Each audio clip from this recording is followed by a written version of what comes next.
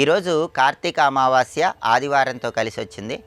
ఈ సందర్భంగా ఎలాంటి పరిహారాలు పాటించడం ద్వారా సమస్త దృష్టి దోషాలు, శత్రుబాధలు వీటన్నిటి నుంచి సులభంగా బయటపడవచ్చో నేటి పరిహారాలు, పరిష్కారాలు అనే అంశంలో పరిశీలిద్దాం. ప్రధానంగా కార్తీక మాసంలో వచ్చే అమావాస్య సందర్భంగా తెల్లవారుజామున చేసేటటువంటి చన్నీటి స్నానం విశేషమైన శుభ ఫలితాలను కలిగిస్తుంది. అలాగే ఈరోజు దేవాలయ ప్రాంగణంలో సాయంకాలం పూట ప్రదోష కాలంలో దీపాలు వెలిగిస్తే ఉత్తమ ఫలితాలు కలుగుతాయి. అలాగే ఈరోజు ప్రత్యేకంగా స్నానం చేసిన తర్వాత ఒక గాజు గ్లాసులో నీళ్లు తీసుకొని ఆ నీళ్లలో రాళ్ల ఉప్పు కొద్దిగా కలిపి, రాళ్ల ఉప్పు కలిపినటువంటి ఆ నీటిని గృహం లోపలి భాగంలో హాల్లో నైరుతి మూల ఏర్పాటు చేసుకోవాలి.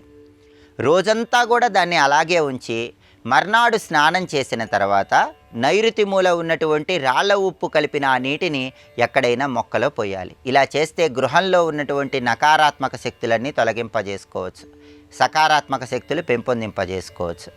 అలాగే ఆదివారంతో కూడిన అమావాస్య సందర్భంగా ఈరోజు శ్రీ మహాలక్ష్మీదేవిని ప్రత్యేకంగా పూజిస్తే ఉత్తమ ఫలితాలు కలుగుతాయి.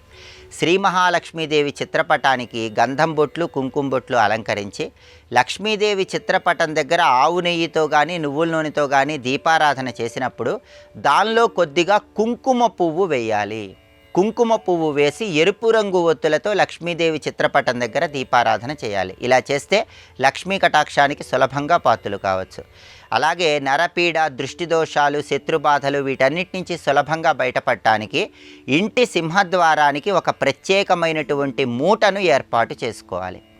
ఆ మూటను ఎలా ఏర్పాటు చేసుకోవాలంటే ఒక ఎరుపు రంగు వస్త్రాన్ని తీసుకొని ఆ ఎరుపు రంగు వస్త్రంలో పీచు తీయనటువంటి ఒక కొబ్బరికాయ, ఒక పటిక ముక్క, దానితో పాటు 11 మిరియాలు, 11 లవంగాలు, ఒక ఇనుప మేకు, పసుపు, కుంకుమ, పచ్చకర్పూరము వీటన్నిటిని ఉంచి మూటగట్టి ఆ మూటను సింహద్వారానికి తగిలించాలి.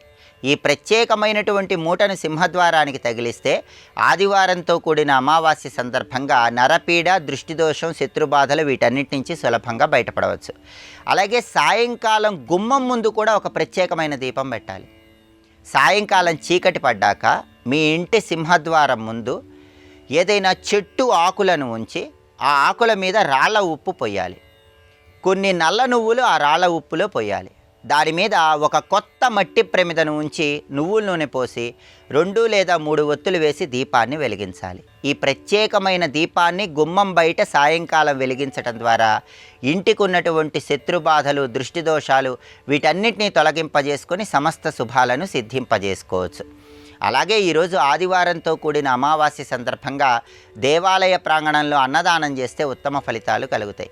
రావి చెట్టు దగ్గర మట్టి ప్రమిదలో ఆవాల నూనె పోసి 12 ఒత్తులు వేసి దీపాన్ని వెలిగించడం ద్వారా విశేషమైన శుభ ఫలితాలు సిద్ధింపజేసుకోవచ్చు.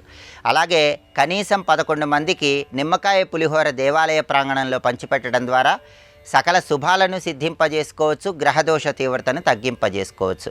ఈరోజు చేసే శివాలయ దర్శనం లేదా అమ్మవారి ఆలయ దర్శనం, దుర్గా ఆలయ దర్శనం విశేషమైన శుభ ఫలితాలను కలిగింపజేస్తుంది. ఈరోజు రాహుకాలంలో అంటే సాయంకాలం 4:30 నుంచి 6 మధ్య ప్రాంతంలో ఉగ్ర రూపంలో ఉన్న అమ్మవారి ఆలయంలో అంటే దుర్గా, కాళీ, చండీ, మహిషాసురమర్ధిని ఇలా ఉగ్ర రూపంలో ఉన్న అమ్మవారి ఆలయంలో నిమ్మదీపాలు వెలిగించడం ద్వారా కూడా శత్రుబాధలు, దృష్టి దోషాలు వీటన్నిటి నుంచి బయటపడి సమస్త శుభాలను సిద్ధింపజేసుకోవచ్చు.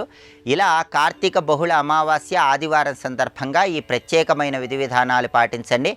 అన్నిటికంటే ముఖ్యం అన్నదానం కాబట్టి అన్నదానాన్ని నిర్వహించడం లేదా స్వయం పాకం ఎవరికైనా దానం ఇవ్వటం ద్వారా సమస్త శుభాలను సిద్ధింపజేసుకోవచ్చు.